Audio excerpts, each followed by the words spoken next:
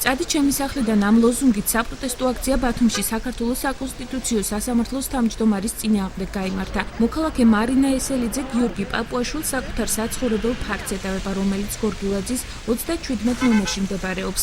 აღნიშნული საცხოვრებელი პაპუაშვილს 2006 წელს პრეზიდენტის ბრძანებულებით სიმბოლურ ფასად 1000 ლარად გადაეცა. საქართველოს საკონსტიტუციო სასამართლოს თავმჯდომარე ბინაში ვარდების რევოლუციის შემდეგ ცხოვრობს. ჩემი გამოსახლებიდან 8 თვის შემდეგ რემონტი დაიწყო შესახლება, გადაცა პრეზიდენტმა სიმბოლურ თანხად 1000 ლარად საჩუქრად და დღეს ჩემი სახლი მის სახელზე ირიცხება.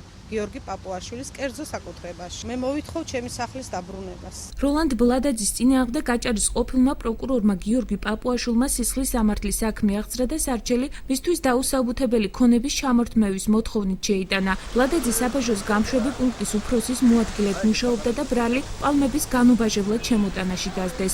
ადვოკატი ნანა წულაძე ჩვენთან სატელეფონო საუბარში აცხადებს, რომ ეს საქმე თავიდან ბოლომდე კანონდარღვევაა. ეს საქმე არის თავიდან ბოლომდე დარღვევა.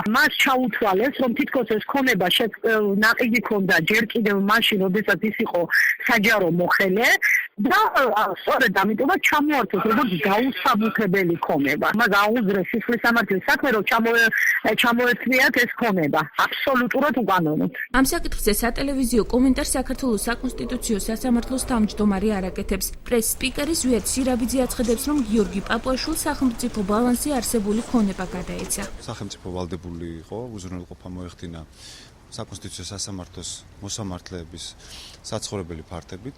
შესაბამისად, მის ფარგლებში მოქცეული საკუთრება გადასცა საკონსტიტუციო სასამართლოს მოსამართლეებს. ამ საკითხთან დაკავშირებით, უშუალოდ იმ ფართებთან დაკავშირებით, რომლებიც გადაეცათ მოსამართლეებს, თუ ვინმეს გააჩნია პრეტენზია, პირველ რიგში უნდა მიმართოს სახელმწიფოს. დამოუკიდებელი იურისტის შეფასებით მოსამართლეებისთვის ქონების სიმბოლურ ფასად გადაცემა კანონდარღვევა არაა, თუმცა მიზანშეწონილია საცხოვრებელი მათ დროებით სარგებლობაში გადაეცეს. მოსამართლეების საცხოვრებელი პირობები უნდა უზრუნველყოს სახელმწიფომ, თუმცა ქონების საკუთრებაში გადაცემა არ არის აუცილებლად ერთადერთი გზა, რომლითაც ამ კანონის მოთხოვნას დააკმაყოფილებდა სახელმწიფო. თავისუფლად შეიძლებოდა ეს ქონება მაგალითად სარგებლობაში გადაეცათ მოსამართლეებისთვის. მოქმედი კანონმდებლობის თანახმად მოსამართლის საცხოვრებელი სახლის წინ აქციის გამართვა კანონდარღვევაა. ოჯახმა პროკურატურას სარჩელით უკვე მიმართა.